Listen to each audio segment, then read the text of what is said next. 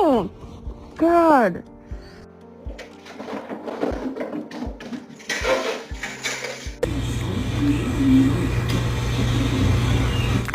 The sour apple. I think the bean sprouts.